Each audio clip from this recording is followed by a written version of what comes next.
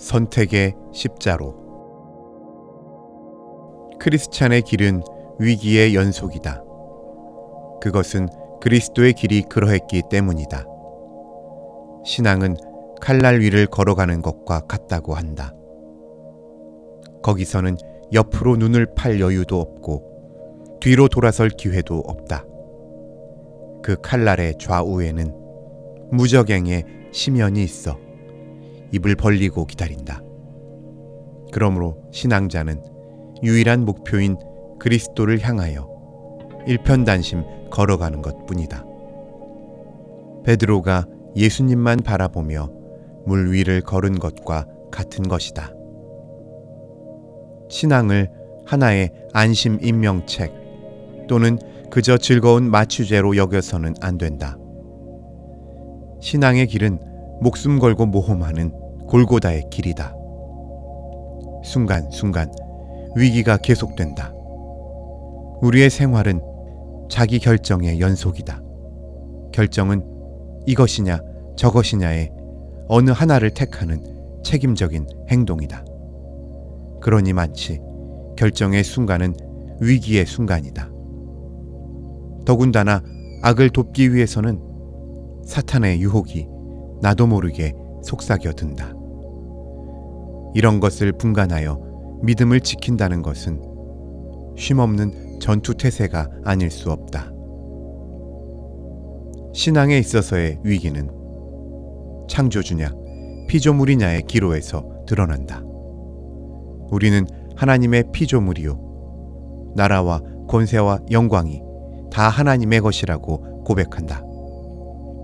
우리는 하나님의 영광을 위하여 존재한 자로 믿는다.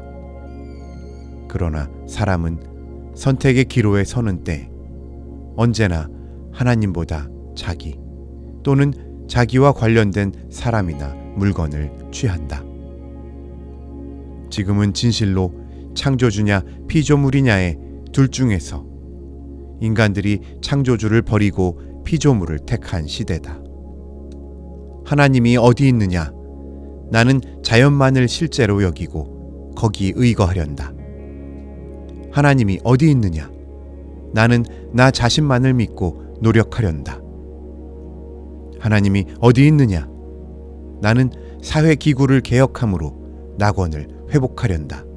하며 사람들은 맹렬하게 줄다름 친다. 물질이 풍부하면 생명이 풍부한 것이 된다. 도깨비 이야기 같은 영혼이니 정신이니 인격이니 도덕이니 하는 것은 나에게는 잠꼬대 같은 단어에 불과하다고 웃어버린다. 이리하여 세상은 유물주의, 세속주의로 급전, 급파하여 맹자의 소위 유리시구, 상하 교정리의 세계로 화한다. 심지어 교회 안에서도 말로는 하나님을 섬긴다 하면서도 사실을 따져보면 하나님이 사람을 섬기는 것으로 되어버리는 실정을 도처에서 발견할 수 있다.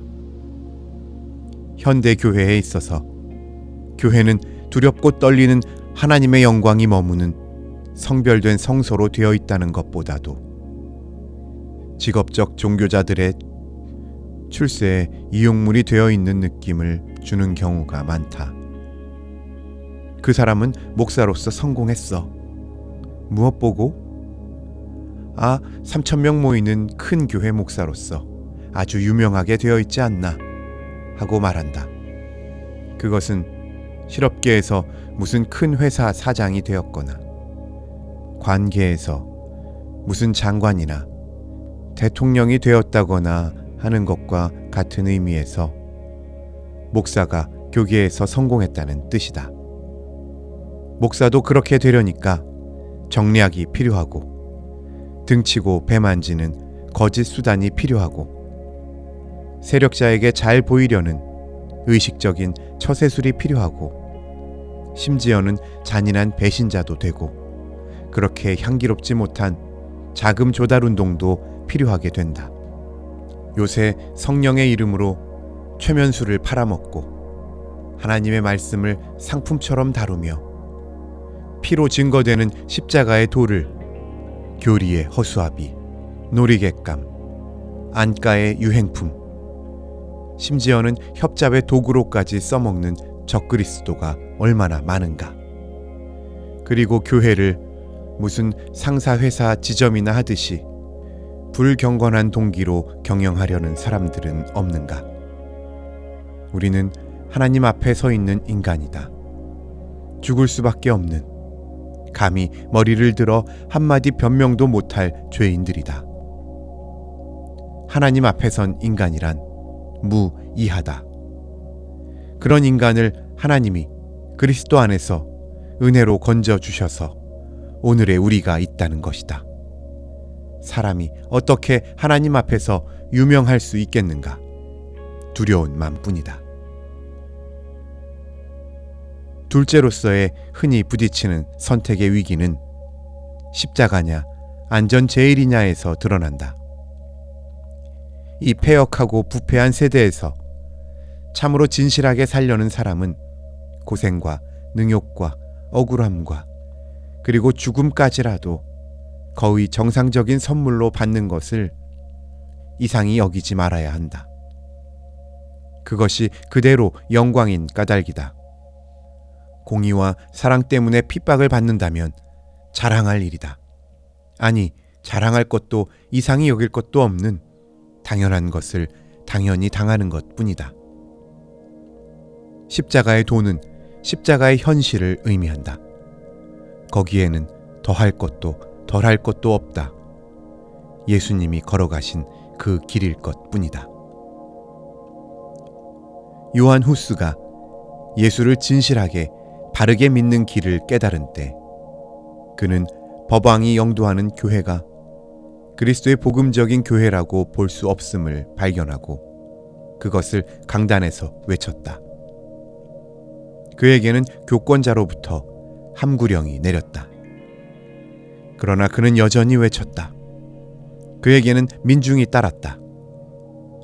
법왕은 경솔하게 손댈 수가 없어서 기회를 엿보고 있었다. 그는 후스의 신변을 절대 보장한다는 약속 하에서 시그먼트 황제를 통하여 콘스탄스 회의에 후스를 초청하였다. 그러나 그가 콘스탄스에 들어서자마자 그는 체포되어 1415년 7월 7일 산채로 장작불에 굽혀 죽었다. 사보나롤라는 예수를 진실히 믿으려고 결심하였다. 그러면 그럴수록 교계의 혼탁, 법왕청의 행악, 플로렌스 시의 부패상이 눈에 띄어 모든 불의를 규탄하지 않을 수 없었다. 그는 불같은 혀로 불의를 폭로시켰다. 법왕은 내가 조금만 양보하면 추밀관에 임명한다고 하였다. 그러나 그는 나는 당신의 면류관보다 더 좋은 면류관을 약속받고 있다 하고 거부하며 교권자에게 죽었다. 이런 사람들은 진실이 믿었기 때문에 다른 사람의 손에 의하여 십자가를 진 사람들이다. 그러나 진실이 믿었기 때문에 스스로 순환자 된 성도들도 많다. 그 중에서 가장 뚜렷한 분은 아마도 아시시의 성 프랜시스일 것이다. 스스로 무소유의 표박승이 되어 평생을 빈자의 친구가 되었던 것이다. 그러나 지금 세상에서는 신앙은 세상살이의 안전책으로 되어 있다. 만일 믿음 때문에 능욕과 빈곤과 천대와 무시를 당하는 일이 있다면 욕골이 되려고 믿을 자가 누구냐고 당장에 불평한다. 그러나 그리스도의 구속 사업이 그의 십자가에서 이루어진 것 같이 크리스찬의 성공도 십자가적인 데서 열매 맺는 것이다. 크리스찬의 생활이 자발적인 순환 봉사일 때에만 크리스찬 생명이 피어나기 시작하는 것이다. 지금 자유진영의 그리스도교는 대체로 번영을 위한 그리스도교, 안전을 위한 그리스도교다.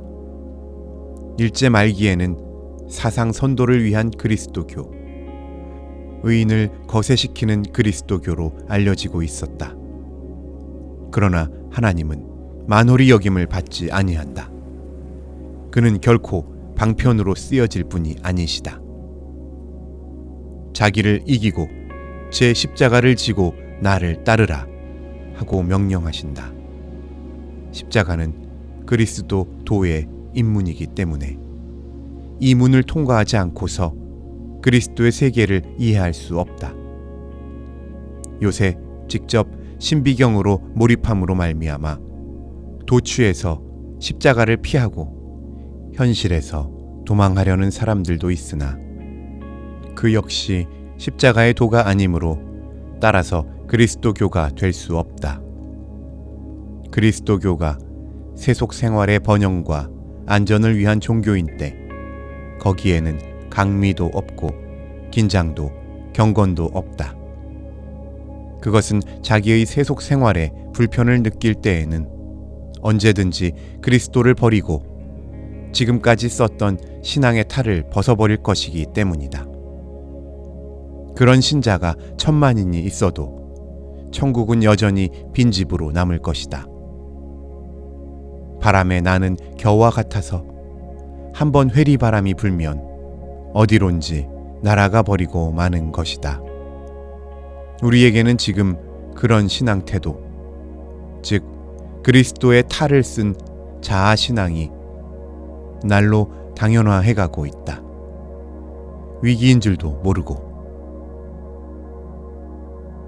요새 가장 구체적인 사태로서의 선택의 위기는 진실이냐, 정략이냐 하는 점에서도 나타나고 있어서 잘못하면 하나님의 교회를 정략적으로 혹은 자기 사업의 볼모로 매매하는 일도 있게 되었다.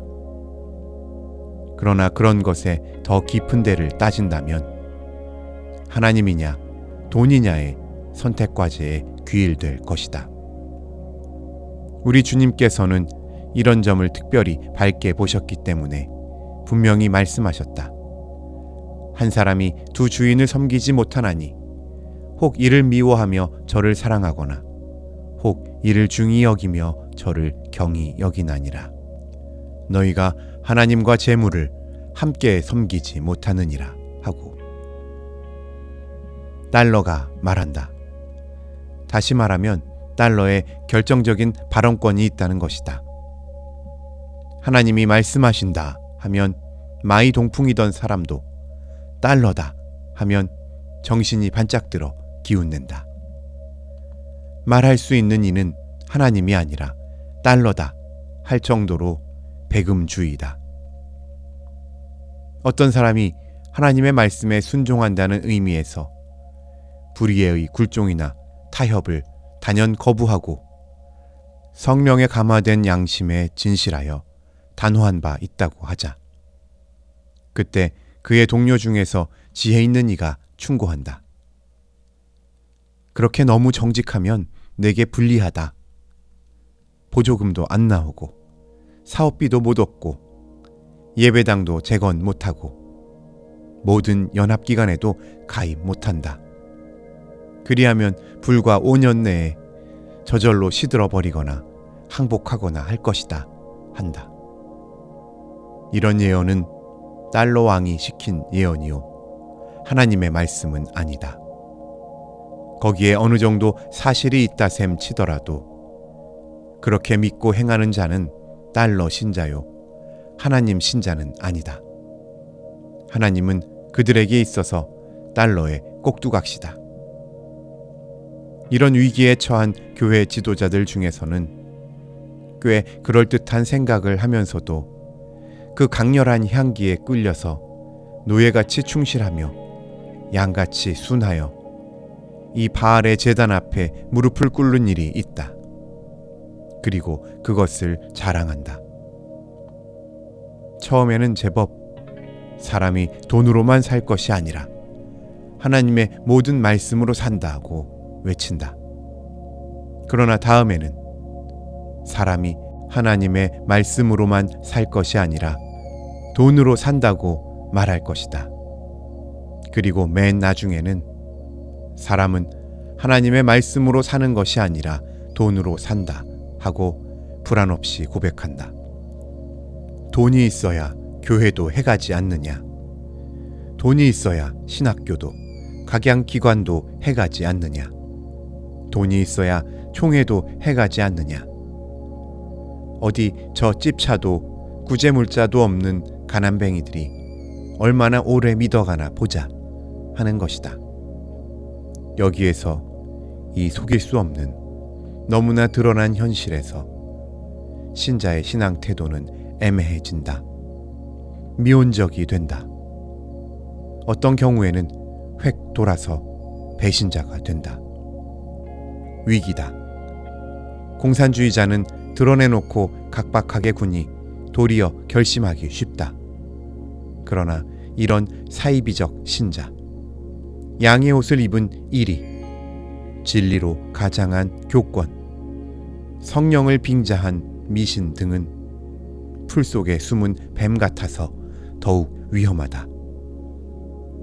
근신하라, 깨어라. 너희 대적 마귀가 우는 사자같이 두루 다니며 삼킬 자를 찾나니 너희는 믿음을 굳게 하여 저를 대적하라. 내가 이제까지도 사람을 기쁘게 하랴, 하나님을 기쁘게 하랴. 내가 사람을 기쁘게 하면 그리스도의 종이 아니니라 하고 바울은 말하였다. 이것은 사람을 기쁘게 한다는 그 자체가 나쁘다는 것이 아니라 신앙생활의 성격을 결정하는 선택의 위기에 있어서 그 경향을 그릇택하면 일호지차 천리지휘라는 말과 같이 전체 운명이 그릇된 방향으로 흘러버려서 다시 만회할 수 없게 되는 것을 가르친 것이다. 우리가 달러의 공효를 전적으로 무시하는 것이 아니라 할지라도 이것이냐 저것이냐의 선택의 위기에 설 때 우리의 신앙 태도가 진실로 엄연한 바 있어야 할 것을 말합니다.